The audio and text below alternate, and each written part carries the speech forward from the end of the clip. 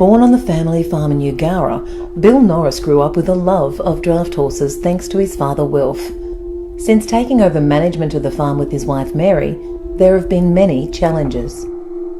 Drought's been the worst, yeah, other than the occasional real heavy storm that washes everything away, but yeah, the drought's been the most, especially this one. It's gone on for a couple of years and it's been going for a bit too long. But we have had rain. We had rain last week, an inch of rain, and it's already starting to green things up. So, and we've got water now, so we're sort of hopeful that that might continue, and if it does, that'll be great. Yeah. We've got quite hilly country here, hilly and rocky, and the old weak ones, they fall over, and once they fall over when they're weak, they can't get up again, and yeah, you go and try and stand them up, and they just keep falling over, and that's really hard to watch that. You've had a few getting a bit weak, especially the older ones. Yeah.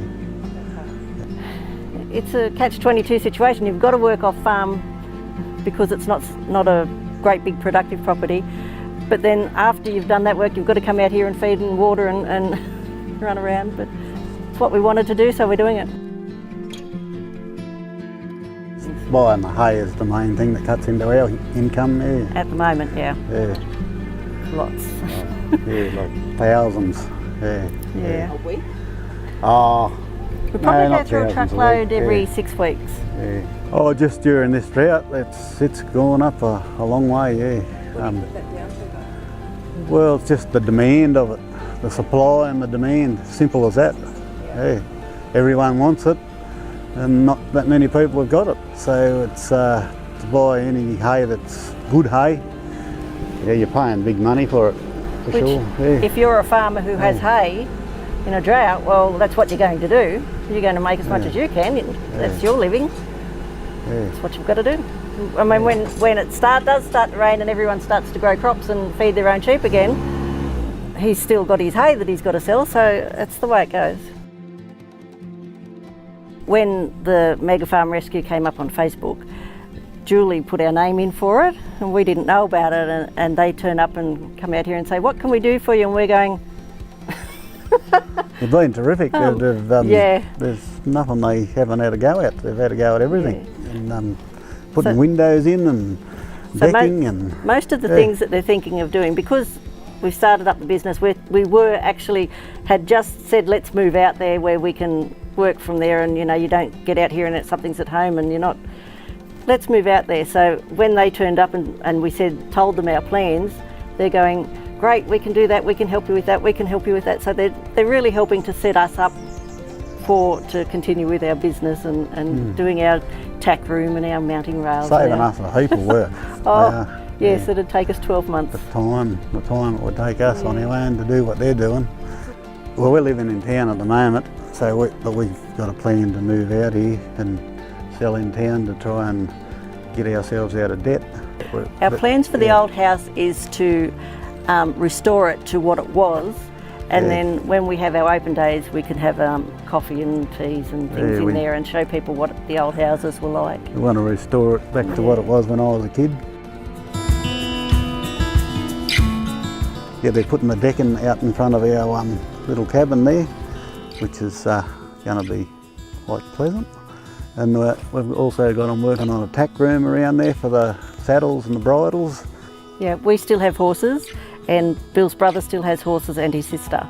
I've got a couple of draft. And Will still has his draft horses at 92. Still goes out and feeds them every day. There are people about these days that have got them, that have learned off my father sort of thing. And there's a bloke over at West Wyalong, he's got a heap of draft horses. He can hook up 8-horse teams and 12-horse teams and everything. Yeah, he's going real well with it. He's got wagons and yeah, he gets around with them and loves it. We've been using these ones here for the trail rides, and there's two there broken into harness as well. We can put them in a carriage or whatever and drive them around. Yeah. We're very lucky. Bill's sister Julia and her husband Mark, on the other side of our mountain where our horse trail ride goes, they've built an old log cabin, and it's just beautiful. It's just up there in the middle of the mountain, and it's so quiet and so serene, and we sit there and have, billy tea and damper, and it's just beautiful. So that's part of our horse ride, and it's just really a perfect halfway point yeah, on the ride, you know, and they can just sit just and relax gorgeous. and have a cup of tea and damper, and beautiful. The future looks pretty good, especially with this rural aid coming out, all these great people, and they're all lovely people too, and nothing's an issue to them, and yeah, they've just kicked us along so far into the future, I reckon, and you know, they're even running our water down so we can hose the horses down here, and Yeah. it'll just be a good system. I think it'll get us out here earlier than what we'd planned. Yeah. Very exciting. If you know someone who could use a hand up, please contact Rural Aid and register for assistance. Or simply volunteer. A day, a week, our farmers need you.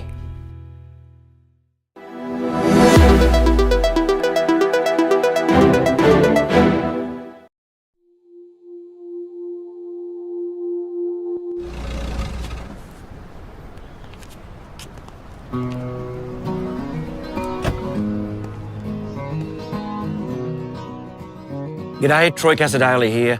I've been travelling around this country playing music for more years than I'd like to remember.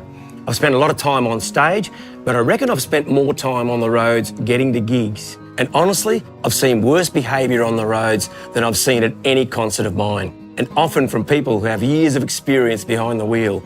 It's probably been a while since a lot of us have really thought about our driving, so take a sec and think about what you can do to help keep yourself and others safe on the roads. Us mob are almost 3 times more likely to die in a road crash than the rest of the population. So let's change that. Drive safely. Don't get distracted by the phone or others in the car, or get hot-headed or any of that stuff. You wouldn't do inconsiderate things outside a car, so why do them in one? Don't let a car change who you are. Safer driving starts with you. What is sunburn? Sunburn is a sign that we've had too much sun.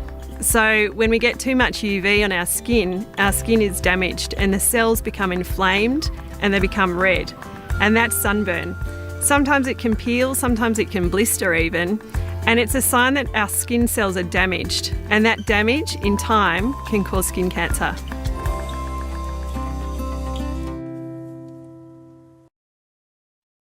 Ten years ago, Aussie Dairy made a promise.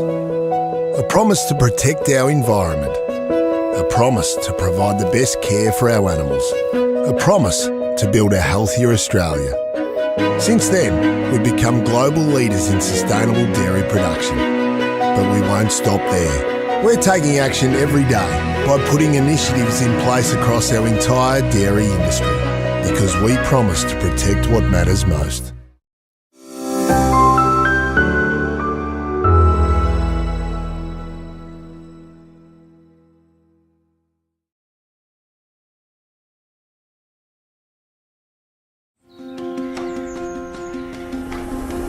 At the moment for another morning, another tank, so she'll be good.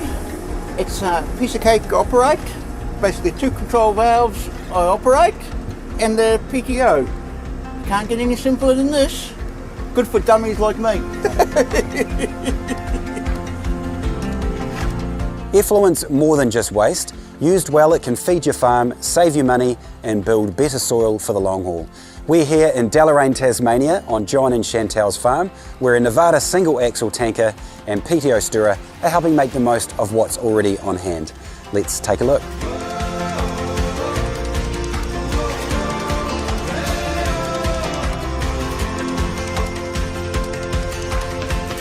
Hi, my name's John Doindam and I'm part of the Four Sons Trust, me, the wife and kids, and we're here in Tasmania and we have a wonderful product behind me.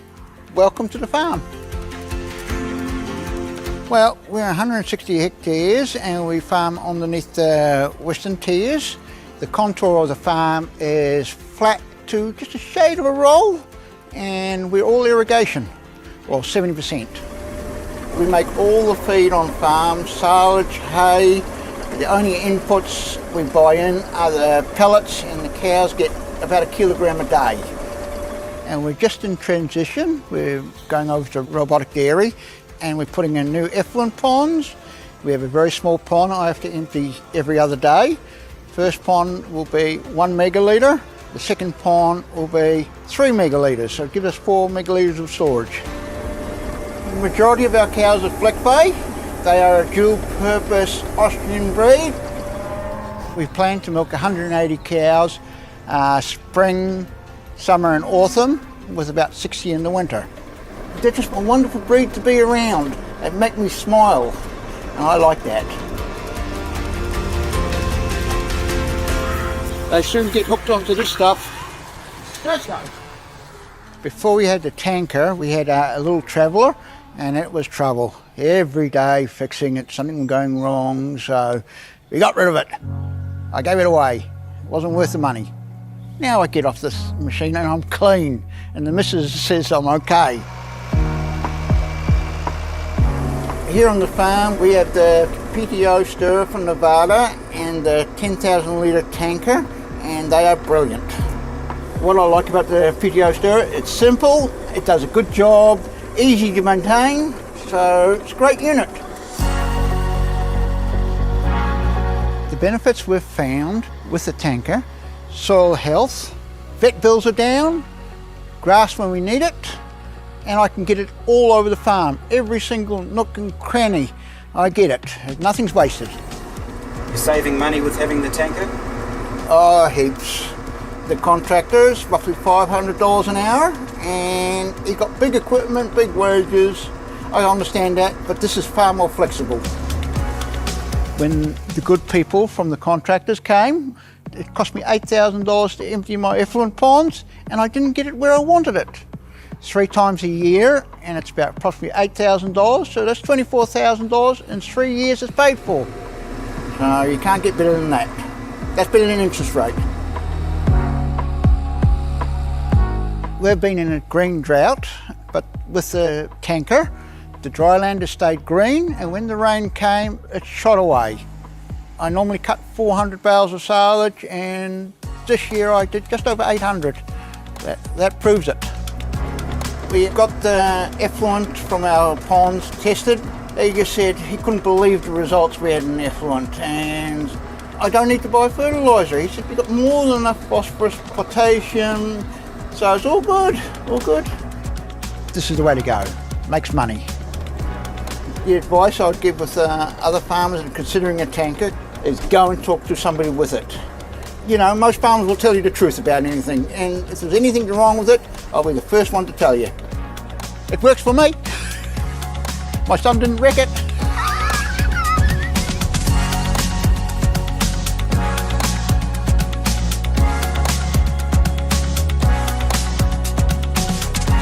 All right, so there you go. Big thanks to John and Chantal for having us on farm today. It's a simple setup that's helping turn effluent into real value, right where it counts. Thanks for watching, and we'll see you next time.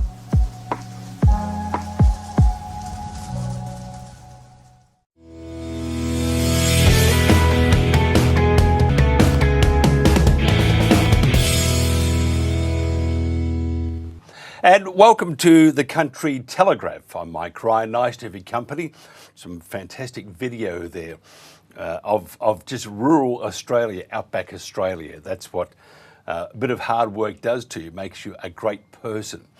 Now, looking at some of the news that's making the news, the headlines: another price pressure warning for Australian households as Bundaberg's agricultural products and businesses battle floods. Bundaberg produces about 40% of Australia's macadamias, more than 80% of the nation's sweet potato, and about 10% of its sugarcane. The National Farmers Federation has called for calm amid panic buying of fuel and diesel stocks after taking part in a ministerial roundtable in Canberra, where they spoke basically about nothing. Victorian Farmers Federation President Brett Hosking has announced he will step down in June rather than seek re-election. That's amid speculation he will run for a national seat, and I think he would do a pretty good job, to say the least. The Nationals are also talking, taking another major step towards preserving Australia's food security with the tabling of proposed laws to ban federal funding of projects that diminish prime agricultural land or place it under foreign ownership. And finally, after 5 years of planning and advocacy, Mount Gambier and District Sale Yards is finally proceeding with a much needed upgrade, including a roof over the cattle yards and soft flooring. Coming up next, we'll be talking in the background, you can hear him, we're talking to Robbie Katter here on it's a brand new show. It's called the Country Telegraph.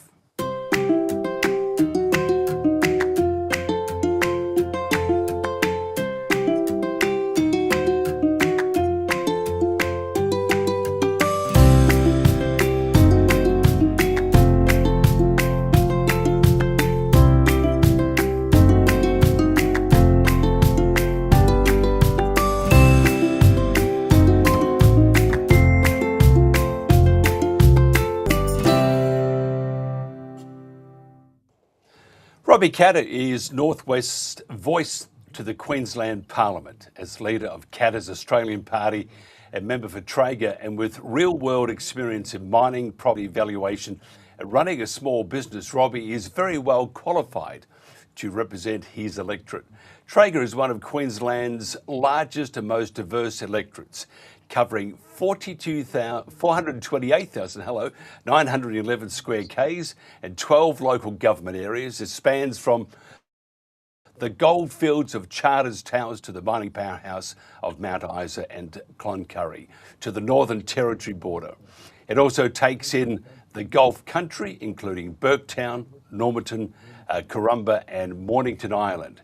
The economy is built on mining, agriculture and grazing, industries that have long sustained its communities. First of all, Robbie Katter, thank you for joining us. Thanks for having us on, Ryan. And you're in Mount Isa today. Yeah, Mount Isa, base here, mate. It's pretty hard to pick where's the best place to base yourself for this seat when you, like say, 428,000 square kilometres. You Big sort of area. try and be everywhere at once.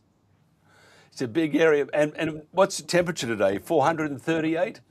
Yeah, I don't know, mate. It's in the 30s somewhere. But when they say, you pull something out of the package, it comes in the mail, and they say it's UV protected. It's never UV protected for northwest Queensland, I can tell you. Right. And this is where men are men and won't go to the rest of it. You've heard that one before. Tell me about your electorate. How are the good folks of your electorate faring in this economy? And part two, the threat of no fuel. It must be creating all sorts of concerns. Yeah, mate, I guess the imagery I like to project for this electorate, it's a little bit like you're a diesel mechanic in the engine room of the Titanic. Everyone's sort of sitting on the deck having a party and thinking everything's going pretty good, but you can see when when your valves are getting old and the machinery is starting to pack it in, and where it needs to be invested in and how you got to move the thing forward. I like that because, we certainly don't have the mortgage on productivity and industry in Australia, but it's a very industry-rich and mineral-rich area. So you do get a bit of a window into it, and you're very attuned into what helps create wealth and what's helped build the country in the first place, and the role that these industries play, like agricultural and mining. And they just look. I don't know. I don't know how to characterise it, but there's just been such a deficit of commitment to try and benefit from these industries and these resources that we have. We're sitting where I am now. We're standing on $700 billion worth of metals. Most of that's copper, silver, lead, zinc, all metals we're going to need into the future. And, they say critical minerals, like a lot of that could end up being pie in the sky. But, certainly the copper and everything, $700 billion worth of metals we're sitting here, but it'll all still sit here for another 50, 100 years if you don't have the settings right on your power and the infrastructure working for you. And we get forgotten about up here. They're focused on the Olympics, having an athletics party in Brisbane in 2032 rather than trying to fix rail and, electricity supply and that to these areas. So we've got a big job cut out for us if you want to represent these areas. Yeah, just thinking state governments Which is the worst, the state government or the federal government? Because I Oh, look at or they both mm. tarnished with the same brush. Oh, I'd say absolutely both tarnished. Look, I don't know. I hear horror stories from going down to Canberra, but I've had the benefit of not having to go down there very much. And you hear about the Canberra bubble. Maybe it's exacerbated or worse, but we've just inherited a generation of public servants here in Queensland who might not hate the bush or rural development, but they certainly are indifferent to it. And they'll tell you 20 reasons why you can't build a dam or do an irrigation scheme or unlock a mine. They'll never give you solutions on how to do anything or how to move forward, which, as I understand, is a complete shift from where we were, let's say, 40 or 50 years ago. And when my father was, early in his term as a politician, they were building Queensland. We've been living off the spoils from that period ever since, and doing a pretty good job of stuffing most of that, including the coal industry now, which Queensland got largely built on, which they're doing a good job of stuffing that up as well with those new royalty regimes. Yeah, your family's been involved with politics. If you look at yourself and your dad since Ned Kelly was a boy, how is the? Let's go back a few years, even when you were growing up. How is the standard of politicians? Were they better then? Because I get the feeling that in those days, you called a spade a shovel. These days, you can't get a straight answer. But that's just my opinion. What's your opinion? What do you think about politics these days compared to what it used to be like? Yeah. Yeah, someone said in an interview on the ABC last year, there's not enough young people in politics, and I said, "Oh my goodness, are you serious? Like, there's not enough old people in politics." Go and have a look at the average age in the Queensland Chamber when it's sitting. I looked at a photo. Someone sent me a photo of an image of the cabinet room when Dad was a minister in the 80s, and he was the young bloke at 30, 35.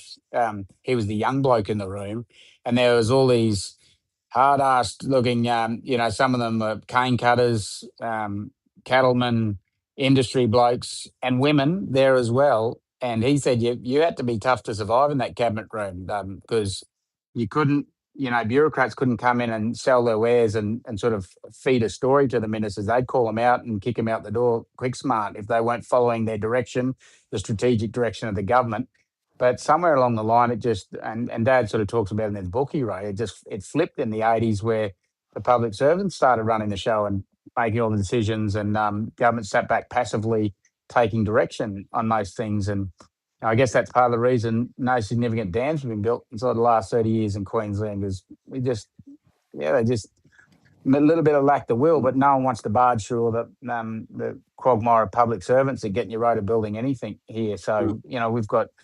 Just close to where I am now, we'd have millions and millions of acres of black soil, flat, cleared, open black soil plains, naturally open grasslands, with one of the biggest river systems in Queensland, 1,000 kilometres of it.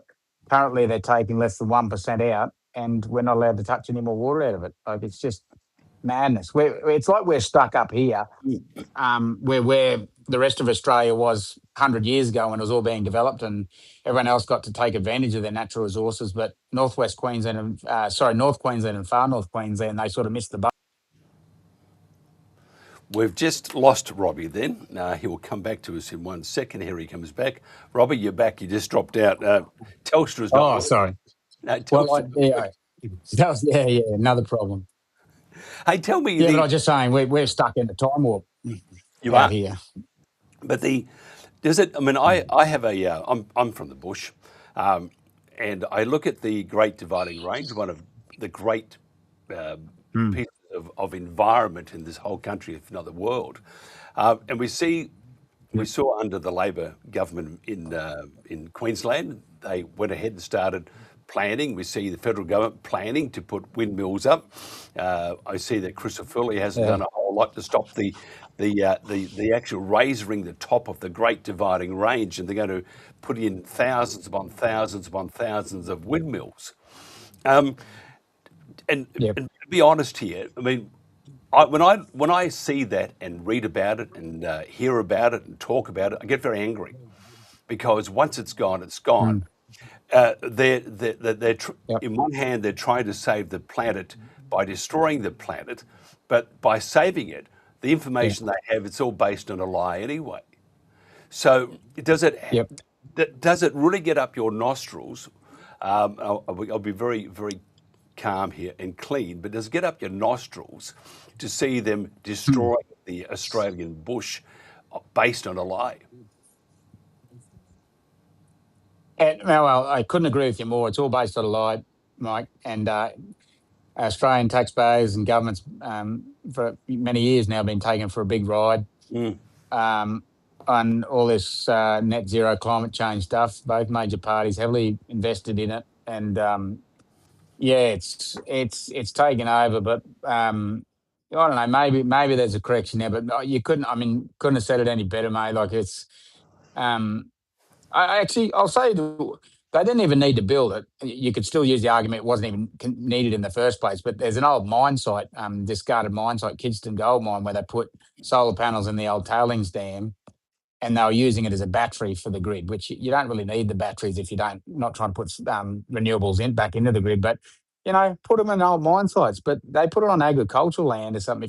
If you even made the decision to do this stuff at all, which you shouldn't have to because we don't really need it all. But if you were, go and put it on a private site. But there's nothing offends. I think anyone that's got half a sort of compassion or empathy for sort of agriculture and production in this country. You drive past these lush green fields, like I see it a lot more in southeast Queensland, and these windmills and solar farms popping out. It's just horrible, mate. And crikey, if you couldn't cast a worse light on our governments that they'd allow this happen, like take what is our competitive advantage is these natural resources that we have, this agricultural land, and converting it to industrial wasteland. Just madness, absolutely insanity. And everyone's been going to the party in Brisbane and Canberra for a long time. And yeah, I'd like to think or hope that we were some sort of counterpoint to that. Yeah, I think we need a little more common sense. Speaking about common sense, I see Chris Bowen and I saw Albanese reassuring Australia that we have plenty of fuel. On the land, and I'm hearing horror stories that they can't get diesel, or they're still waiting on that diesel to be delivered. And my guess was that the neighbours had sabotaged or raided the truck before I got to those people.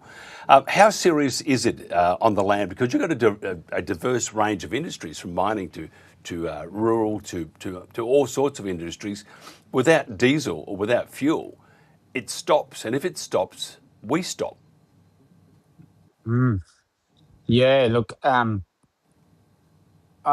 haven't got my head completely around, but I've got a fair idea at the moment that it's a lot of the independent, I guess you call them wholesalers. They become retailers that take, they buy it off the major fuel suppliers in this country. With this, there's sort of 4 or 5 big ones. They'll buy it off them and use their trucks to take them out to the farms or stations, small towns. A lot of those independent sort of third parties that have operated in that space, they had their taps cut off.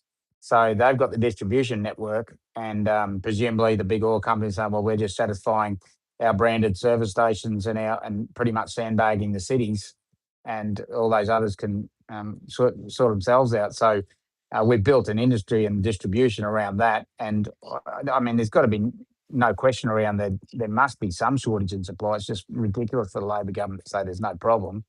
And mate, I'd finish by saying it is so frustrating for the KAP, my father and I, to see both sides of Parliament criticising everyone when one of the solutions there is ethanol, biofuel. It doesn't solve the whole problem, but it's been sitting there as a problem for fuel security, which is why the US mandated it, why 63 other countries in the world mandated ethanol to create an industry, create offtake. So you've already got fuel refineries half built, or you should say 75% built all throughout Queensland on the East Coast. They're called sugar mills. Sugar mills can just start pouring their juice into making ethanol, and they're now detuning cars off the boats in Australia for non-ethanol fuel. So there's, it can only put price pressure down, enhance fuel security, and give all our farmers a secondary market. It's akin to having the live export and the cattle and sheep. You have a secondary market to sell into. It can only be a good thing and enhance fuel security. We're 20 years, here we are confronted with it, and they're still balking at it. And it's again, insanity for us that they're not putting in an ethanol mandate tomorrow, like 63 other countries in the world have. And what happens though when the fuel stops? What happens to your electorate? Oh, It mate, stops. you know, it's not a huge problem for someone in Brisbane or Canberra that you know, they can still walk to the shops or walk to a doctor's appointment or walk up the road to see their friends. Out here, like everything stops. Nothing's produced here. Nothing comes here, but without the virtue of outside the virtue of bloody petrol powered machines or avgas powered. So without it, mate, we've got nothing. It's catastrophic. Yeah. So the emphasis from the government should be the other way around: is that the farmers in remote areas who are productive and creating production critically rely on this to keep moving.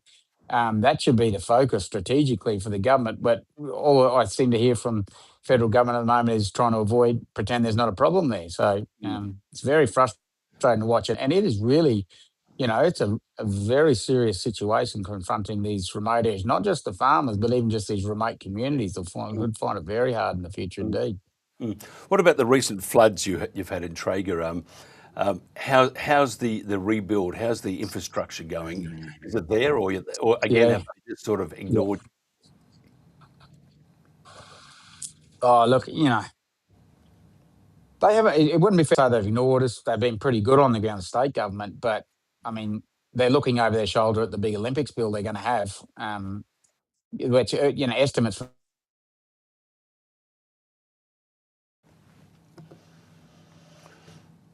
We've just lost Robbie again. We're always there network, Telstra. Robbie will come back in about 5, 4, 3, 2, and 1. He's not back, so Robbie Katter will be back very shortly. He's just dropped out at the moment. And when Robbie comes back, I just want to ask him one more thing about what's the biggest things holding his electorate back. No, he's disappeared, which is just terrible. My producer is running around the background, pulling out the hairs out of the nose. So Robbie is now gone. I think we'll have Ross Johns in a second. It's all happening, as they would say. And Ross Johns is looking as beautiful as ever. But we'll get to Ross Johns very shortly here on the Country Telegraph.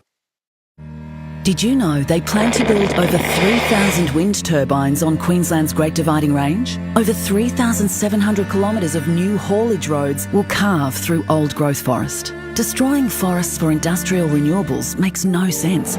It doesn't have to be this way. The intact biodiverse ranges of Queensland are no place for renewables. Take 2 minutes to learn the truth about the destruction they cause. Go to rainforestreserves.org.au.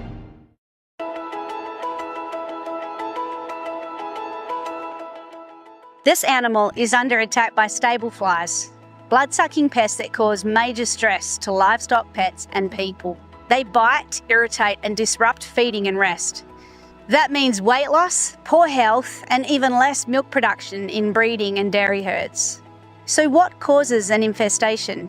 From late spring through to autumn, Perth's sandy soils, warm weather and organic waste create the perfect breeding ground for stable flies. And here's the catch. After emerging, adult flies quickly move on if there isn't a steady supply of animals for their blood meals. They spread to neighbouring properties. They bite animals and they even bite humans. The good news is that you can stop stable flies before they start and even fix the problem if they've already moved in with simple waste management. Check moist, decaying organic waste. That's where they lay their eggs. The fix is simple. Turn off irrigation. Remove organic waste like fruit and veggie waste, grass clippings, manure, waste feed and old hay at least once a week. Bury it at least 1 metre deep or mulch it and leave it in the sun to dry. If you find larvae, use approved pesticides. Good hygiene and regular cleanups make a big difference. Visit our website for more tips and advice to help you get ahead of the problem. Let's look after our neighbourhood. By tackling stable flies together, we can keep our animals, homes and communities healthy and happy.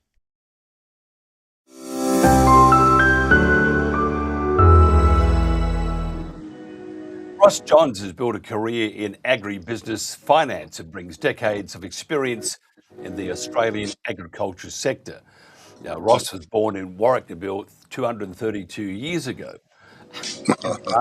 Sorry, I had to do that because I'm very cheeky. And farms land west of Warwick growing wheat, barley, canola, and lentils, along with sheep for wool and meat production. Now, Ross is a past director of the ABB Grain and ASX 100 listed company, past deputy chairman of GRDC Grains Research and Development Corporation, past director of Western Water, and is currently president of the Wimmera Mallee Environmental and Agricultural Protection Association, Inc. First of all, Ross, thanks for joining us. My pleasure, Mike. It's And good you to look be here. great. You look great for being 232 years old. Thank you. That's all right.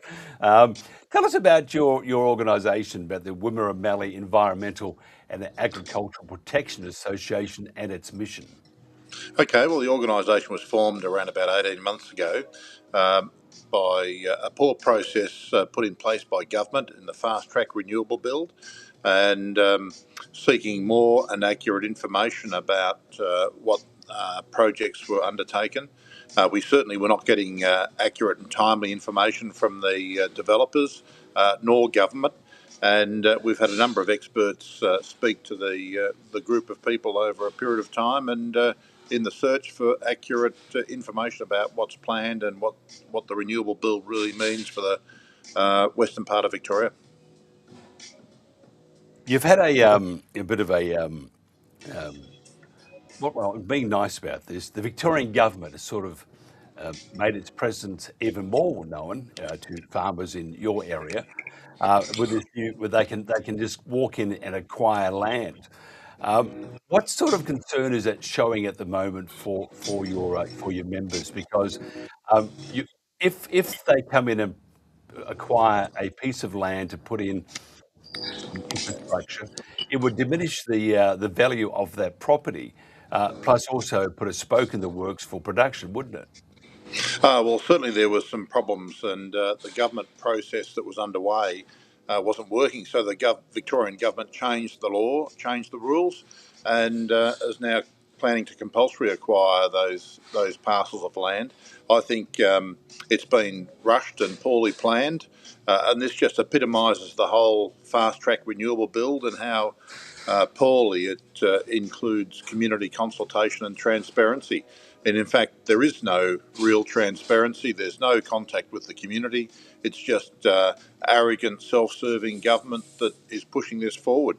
And there's issues around environment. There's issues around the quality of the build, and they're just fast tracking over all those issues and planning to build this V&I West line from Denowin in New South Wales down to Bulgana and then on to Sydenham in the western part of Melbourne. And farmers are just sick of government. They're sick of government changing the rules. They're sick of government changing the legislation. We want a proper process if there's going to be a renewable build, and we want to have community consultation. Besides all the other headaches which government's throwing at you, the fuel crisis must also be raising some eyebrows. Oh, well, fuel, diesel. Diesel was out the week that the war started in Iran. And in Dimboola, you couldn't buy diesel in any service station. It's been very slow to get into the country. I know farmers that have ordered 20,000 litres of diesel to do the cropping and have been cut back to 5,000 litres of diesel. If they can get it, and they still haven't got it after a couple of weeks, I think it'll certainly, if there's no diesel available in the next short period of time for farmers, it'll have a big impact on the cropping program for this year and the profitability and hence the performance of the Australian economy.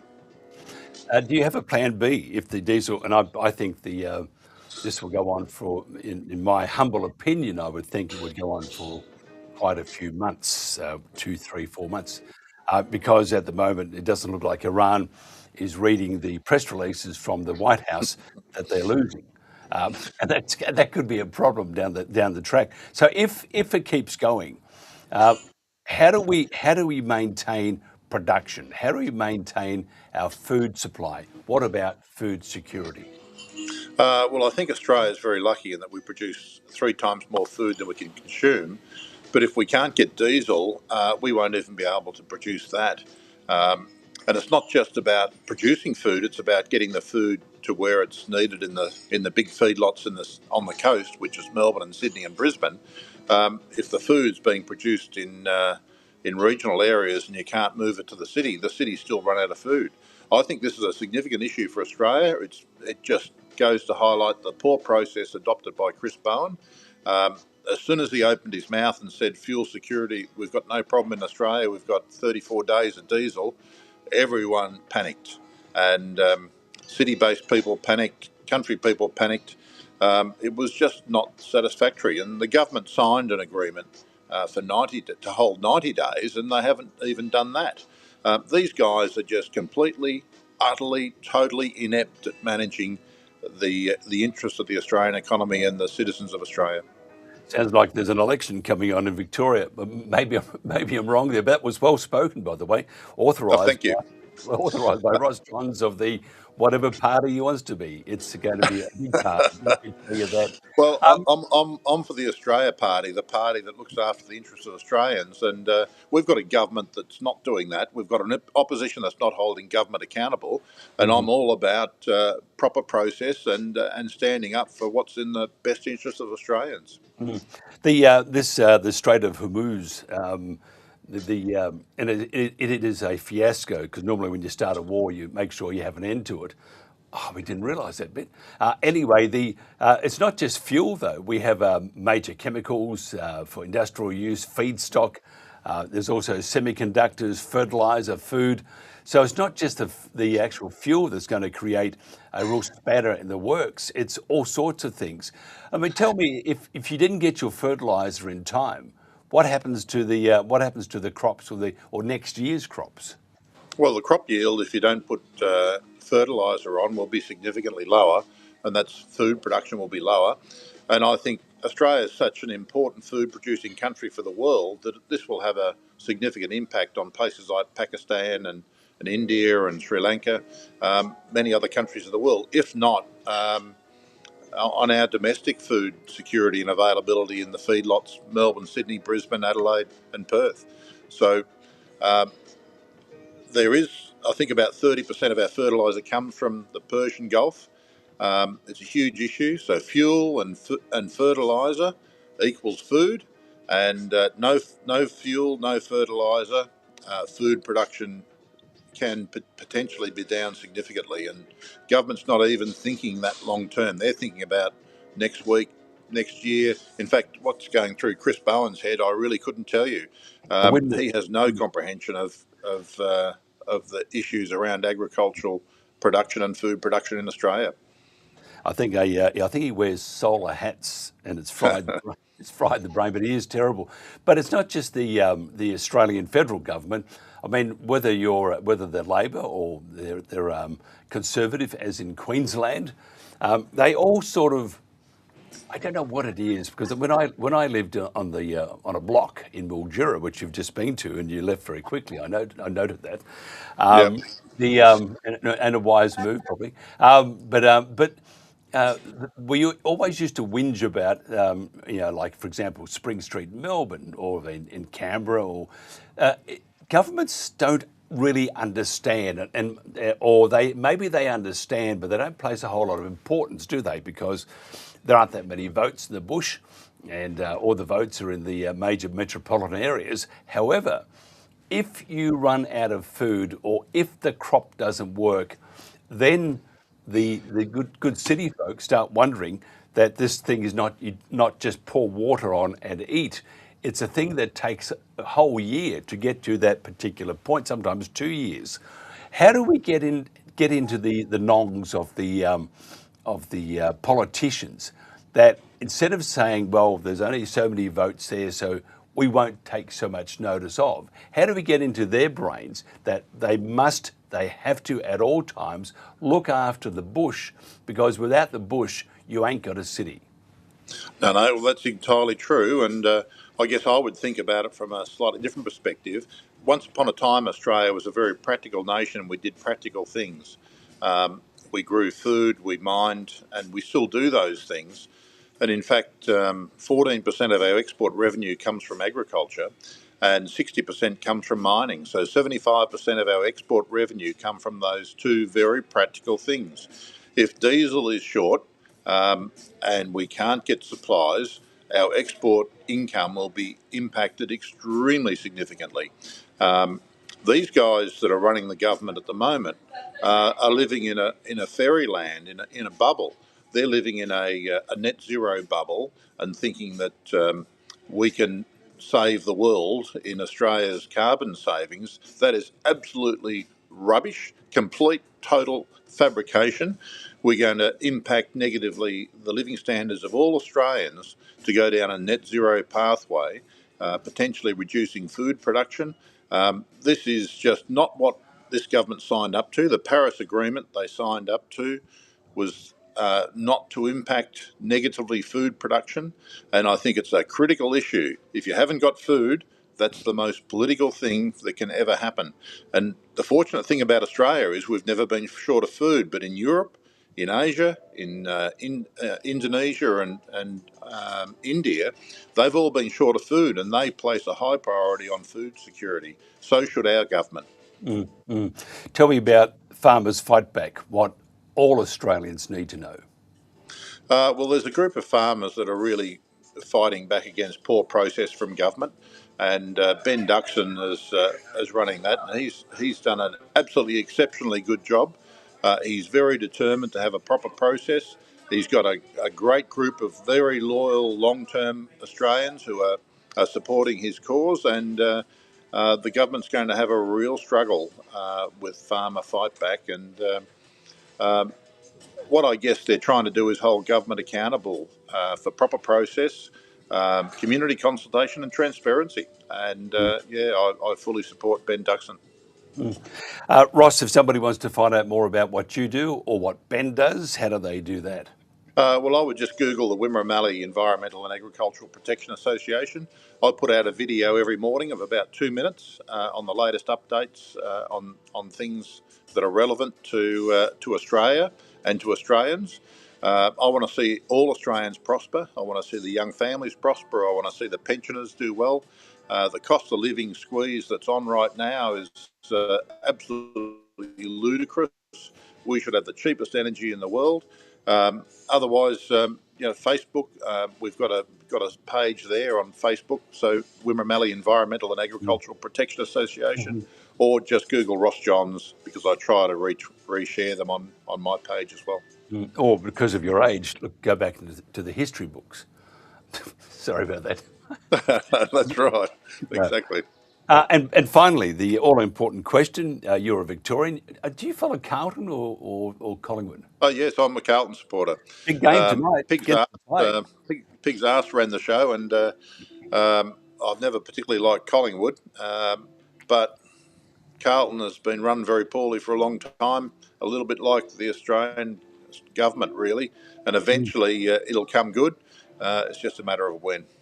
Well, the Australian government and the Carlton Football Club have one thing in common. They haven't been kicking many goals of late.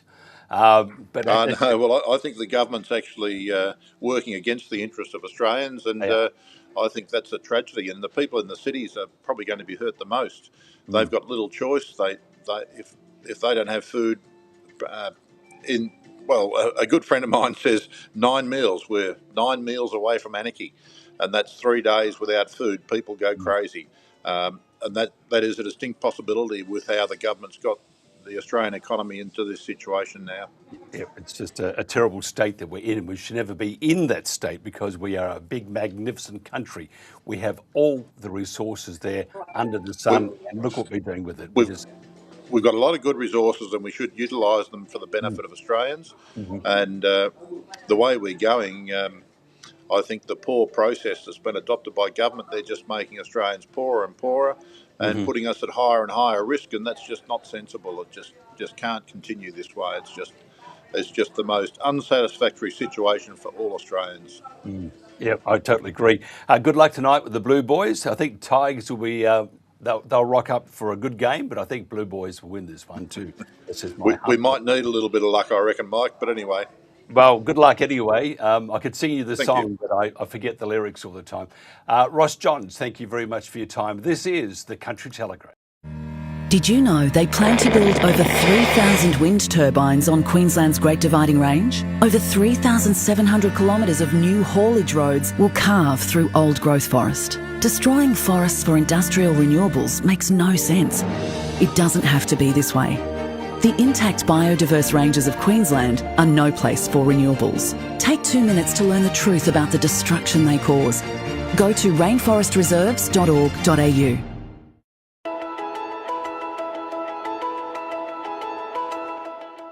This animal is under attack by stable flies, blood-sucking pests that cause major stress to livestock, pets and people.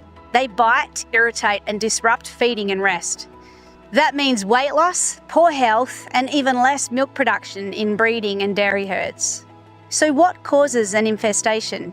From late spring through to autumn, Perth's sandy soils, warm weather and organic waste create the perfect breeding ground for stable flies. And here's the catch. After emerging, adult flies quickly move on if there isn't a steady supply of animals for their blood meals. They spread to neighbouring properties. They bite animals and they even bite humans. The good news is that you can stop stable flies before they start and even fix the problem if they've already moved in with simple waste management. Check moist, decaying organic waste. That's where they lay their eggs. The fix is simple. Turn off irrigation. Remove organic waste like fruit and veggie waste, grass clippings, manure, waste feed and old hay at least once a week. Bury it at least a metre deep or mulch it and leave it in the sun to dry. If you find larvae, use approved pesticides. Good hygiene and regular cleanups make a big difference. Visit our website for more tips and advice to help you get ahead of the problem. Let's look after our neighbourhood. By tackling stable flies together, we can keep our animals, homes and communities healthy and happy.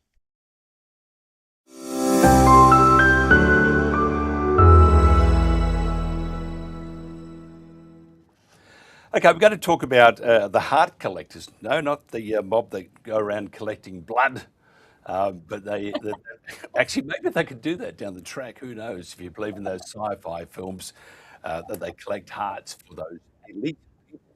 There you are. And we'll find out too why the heart collectors are called the heart collectors. Members Ruben Loire, Kimry Henge, Mobius Barnaby and Tristan Defoe make up the heart collectors. That's a homegrown, international award-winning epic folk band.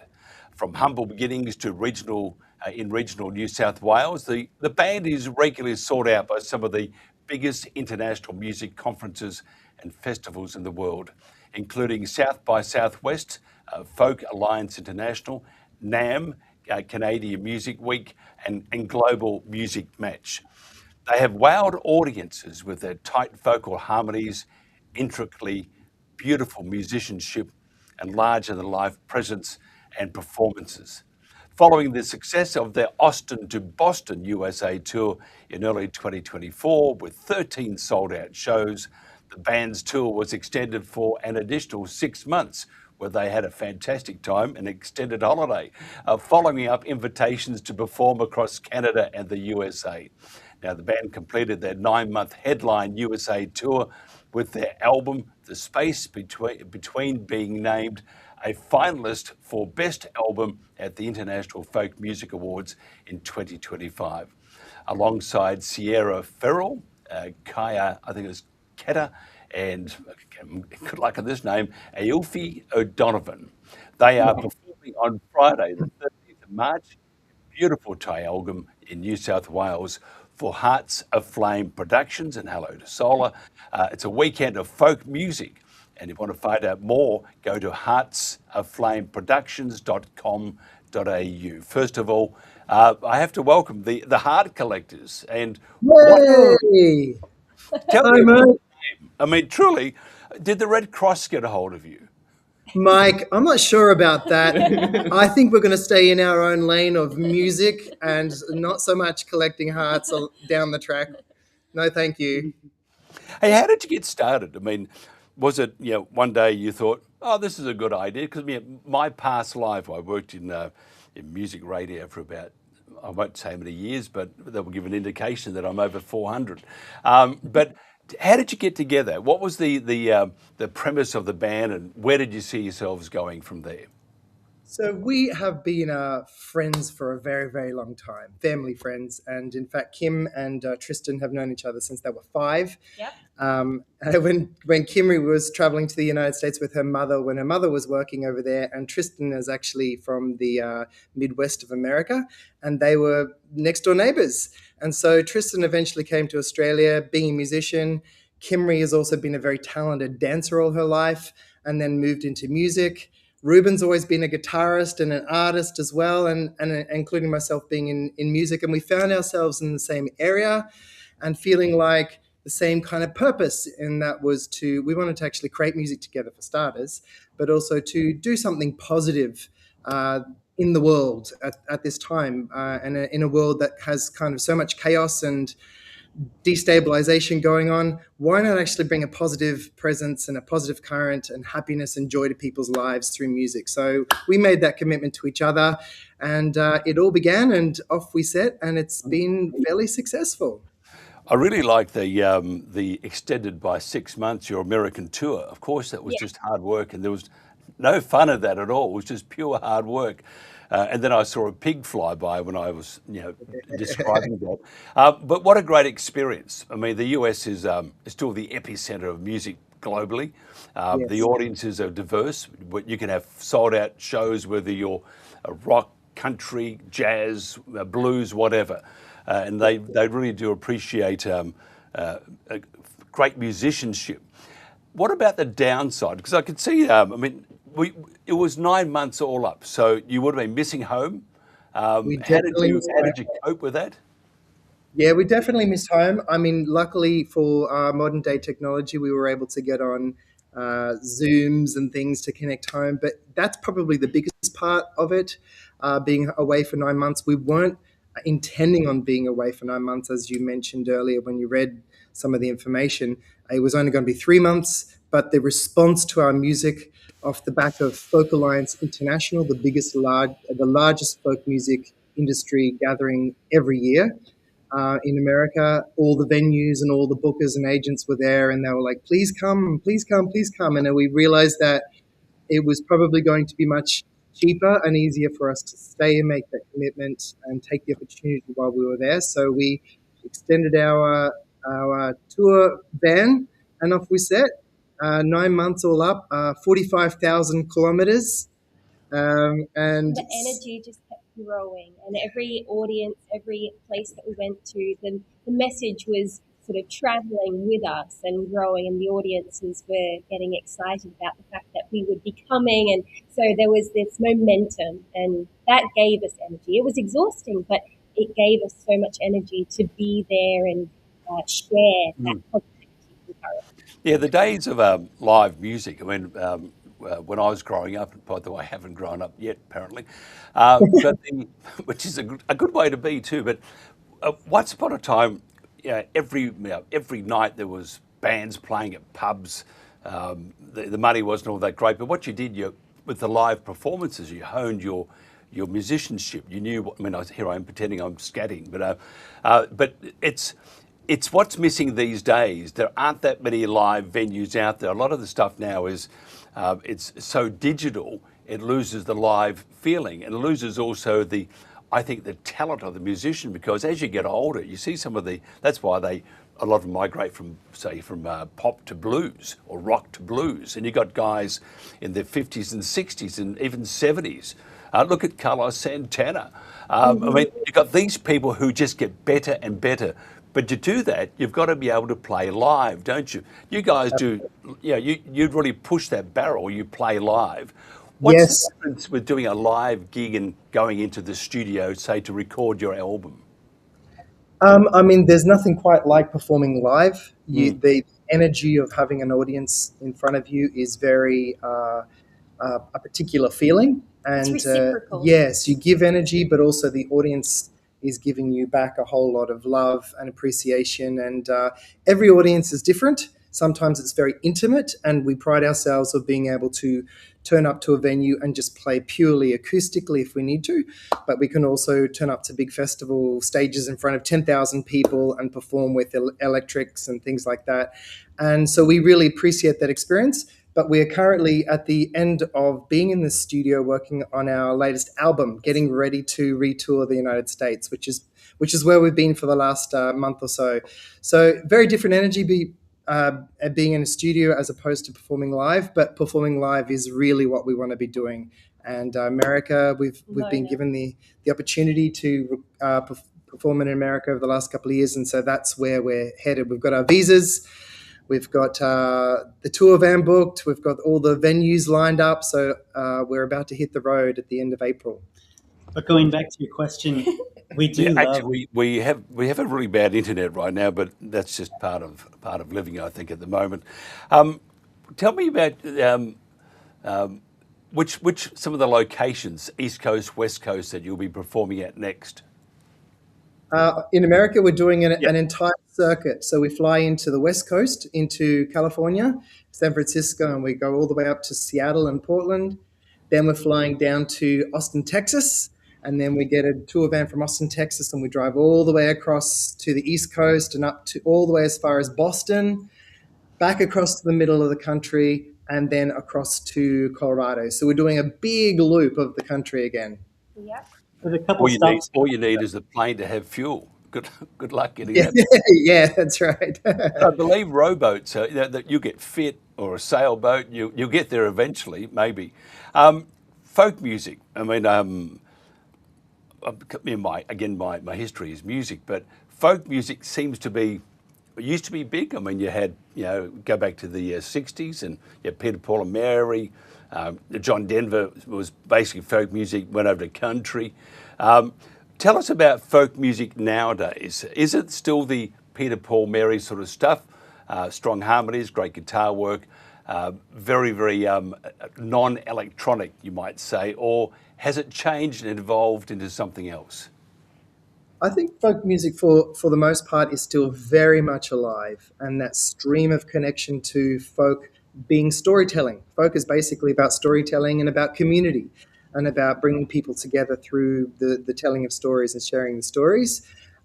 We, as I mentioned earlier, we were very fortunate to be invited to showcase at the largest folk music conference in the world every year in Kansas City in America, called Folk Alliance International.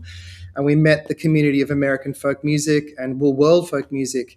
And it was a big eye-opener for us, because we realized, yes, folk music of the American 60s and 70s, Woodstock era, is still very much alive and loved, but also all the other artists like us who are drawing from that inspiration and now taking that foundation and growing it and morphing it into our own storytelling styles. Yeah. Would you say? Yeah, and adding layers of sound and... We've just lost they are back. It's a bad connection. I really admire people who do live music and rely on it, because it's a tough gig. It really is a tough gig, and but once it's in your veins, it's very hard to let go, isn't it? You're in Tyalgum tomorrow night, and then on the 18th. Tell us about these gigs. Yeah, so tomorrow night we are performing with a folk duo from Canada called In Echo, and that's one of the beautiful things of touring as bands overseas. You get to meet some incredible artists. So In Echo are a folk duo from Canada who are touring Australia, and we've invited them to come to our little town because they're in the region. And we live in a town called Tyalgum, and there's an amazing venue there called Flutterby's Cottage Cafe. And they have the best Friday night pizzas on the planet and best live music in the region. And so we will be performing there with them tomorrow night. And then on the 18th of April, we're doing our Leaping Off performance, our Leaping Off concert at a garden in Tyalgum before we head off back to America. So the 18th of April. So if you want to find out about those shows, look for the Heart Collectors, and it's on all of our platforms. We'll be promoting it today and tomorrow, and come and join in if you're in the region. We'd love to meet you. Isn't it terrible? I mean, whenever I worked in radio stations in the bush, you could always tell the newbie, you get the name of the town wrong. And I always thought, I've lived on the Goldie now for a long time, and I always thought it was Tyalgum, it's Tyalgum. And so I apologize. You are forgiven. You are forgiven. Tyalgum is acceptable, but the locals end up saying Tyalgum eventually. Yeah, thank you. I got to mumble more, maybe. Yes, Tyalgum. You guys are fantastic. I actually appreciate live music and the what you're doing is you're making your own future. You will do very well in the US, and you will do very well with yourselves. It's all up to yourselves, isn't it? Head down, backside up, and believe in what you're doing. Just one more thing. What's your main inspiration? And it's not meaning to be insulting, because you are already there. But what was some of the things that inspired you to get to this stage? So when we first started as a band, our musical inspiration was very much the 60s and 70s Americana folk music of the Woodstock era. So musically, I used all that music to inspire our own songwriting and to hone our skills for singing harmony together. We really still deeply love those songs, Peter, Paul and Mary, Crosby, Stills and Nash, all that stream of music. But now as you said, we are off into our own space, and we are drawing inspiration from the world at this time and what we feel the world needs, which is love and happiness and peace and coming together, community storytelling. So we're kind of taken our roots and we've morphed it into our own sound. And I also want to mention our incredible manager, Ms. Drew Porter, who's been with us on the road for the last couple of years. She is a big inspiration to us. So she's like the fifth member of the band, and she keeps us one-pointed and keeps us on purpose with that energy and intention for spreading goodness and hope and love and faith in the world. I knew plenty of managers of bands. I think they've been released from the insane asylum because it's tough being headmistress. Do as you're told. Go out there and sing. What? Just as a footnote, Country Joe McDonald, great folk rock musician, he just passed away recently. So it's and he crossed all boundaries. He was recognised in commercial music and pop music and rock music. So there is a place, and a good place for folk music. Thank you very much for being part of our show today. It's our second one, and we are building this. The Heart Collectors. Want to find out more? Just go to the website. One more time, what's your website? We are called theheartcollectors.com. And you should get your manager to get the blood bank involved. No, Mike, stop it. Thank you very much for your time, Ruben, Kimry, Mobius and Tristan. Thank you so much for your time. I won't see you tomorrow night, but you can count it. I will come down and have a look at you on the 18th of April. And we'll do another chat, I think, before that, because it's for a good cause. I believe it's the Wave Goodbye sort of tour. Exactly. Yes. Thanks for having us, Mike. My pleasure. Thank you. Thank you so much. Okay, what a great show. This has been the Country Telegraph. Nice to have your company too, by the way. We're back tomorrow at midday, every day, Monday to Friday at midday, and then not too far away. It'll be also on weekends, probably starting at around 11 or 12 for 3 hours on location. What you can do, though, if you're watching this and you're thinking, who the hell are these guys? Go to our website, thecountrytelegraph.tv. And in the right-hand corner, there's a Twitter bird. I don't know why they got Twitter there. Anyway, it's X, also YouTube and Facebook. Would appreciate it very much if you would just subscribe or follow. Facebook need 100. This is, as I said, our second day. We need 100 at least on Facebook so we can stream live and bring the latest in news and views and issues and real stories around rural, regional and outback Australia. Until tomorrow, goodbye, have a great day and drive carefully.